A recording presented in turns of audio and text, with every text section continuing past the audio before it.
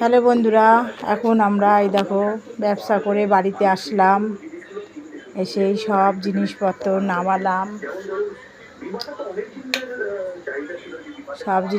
নামালাম, নামিয়ে এই দেখো এখন তোমার দাদা ভাই বসেছে, বসে একটু টিভি দেখছে। এই দেখো তোমার দাদা ভাই, দেখো টিভি চলছে আমাদের ঘরে। এখন আমরা একটু বসে জিরিয়ে তারপরে একটু খাওয়া দাওয়া করব, করে তারপরে ঘুমোবো। এই আমাদের কর্মস্থল। এই এখন খাবার দাবার গরম